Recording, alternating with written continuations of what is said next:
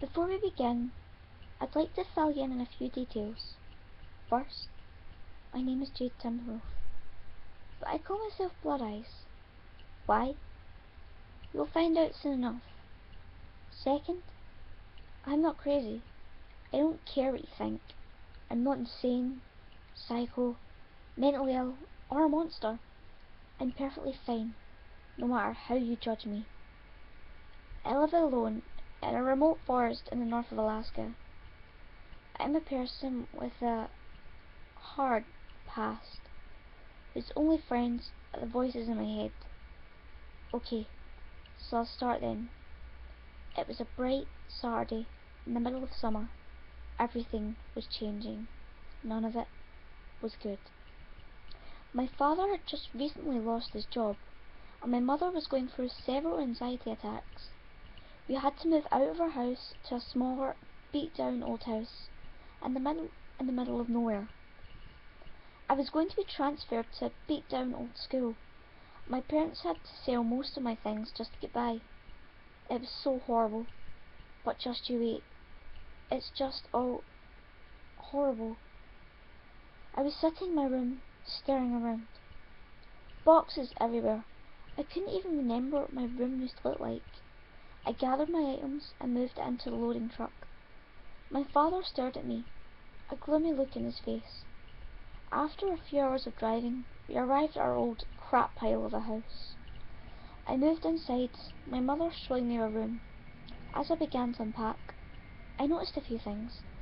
The room was substantially smaller than the other rooms in the house, and the hardwood floor had a much thicker texture to it than the rest of the rooms.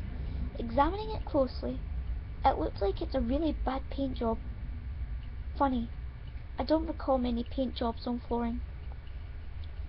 Time passed. As I unpacked my things, light began to slowly dissipate from the one windowed room. I walked down into our kitchen and something reeking of rotten meat. My mother said we were ordering out for dinner and eating out in the backyard. We went out. A small shed in the back and a few chairs. Everybody ate their dinner in silence. When we were done, I took a quick shower and put on my clothes.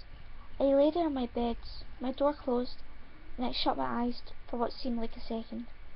Upon opening, I noticed that the window had a bright, shining light gazing onto the floor. As I looked down, I saw it. I froze instantly, not moving a muscle, holding my breath. He sat on the floor, his hands shackled up with chains. The man, a tall man, no more than a shadow. I couldn't see much, just this dark reflection. I wanted to scream, to yell, to let out everything inside, but I couldn't. I just froze. The man suddenly looked at me. I saw two red eyes gleam out of that head. I will never forget those eyes. I closed my own eyes, trying to make it out so he wouldn't notice me. I opened them again. The man was gone. There was no light coming from the window. I shut my eyes, trying to think if it all was a dream. Upon opening them again, it seemed like it was morning. I sat up, rubbing my eyes, and I walked down to the kitchen. The horrible smell was gone.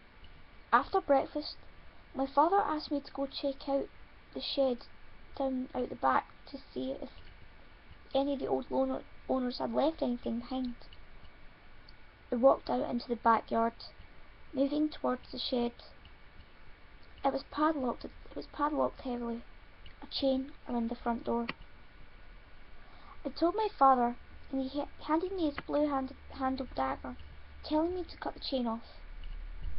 The lock came off easily. It slowly creaked open. I moved inside, staring in. Everything fell away. It was dark. The room shrunk. I felt like something had hit me in the pit of my stomach. I wanted to throw up. I stared forward, and I saw them. The man who'd been chained up in my dream, except this time he had someone with him. A woman, a bit shorter, but also chained up. I began to notice something. The man seemed to have the exact same features as my father. The woman was about as tall as my mother. I moved forward, clutching the dagger. The darkness took over me again. It was all over. Everything was better now. Everything. But I never forgot those red eyes. That's all I can see now. Red. Crimson red. Almost blood red. So that's my name, you see. Blood Eyes. I may have said it was Jade before, but that was before I lost my mind and killed them. My family is now dead. That's how I know that everything will be okay. But are you happy now? Suspect file report. Suspect name, Jade Timberwolf. Victim's name, Alexia and Jason Timberwolf. Area, Glasgow, Scotland. Crime, first degree murder of 2 victims. Recent report. The suspect, Jade Timberwolf, was charged with the murder of both her parents. Upon arrest, Jade was found with a bloody dagger, believed to have been owned by her father, Jason Timberwolf.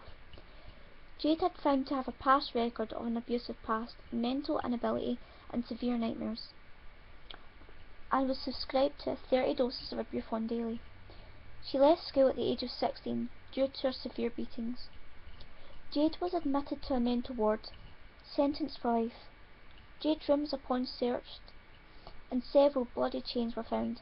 Other victims could not be found upon searching in the ward, but other patients have reported on the night of disappearances to have seen 2 bright red eyes watching them, soon followed by a faint sound of laughter and the sentence, "Are you happy now?"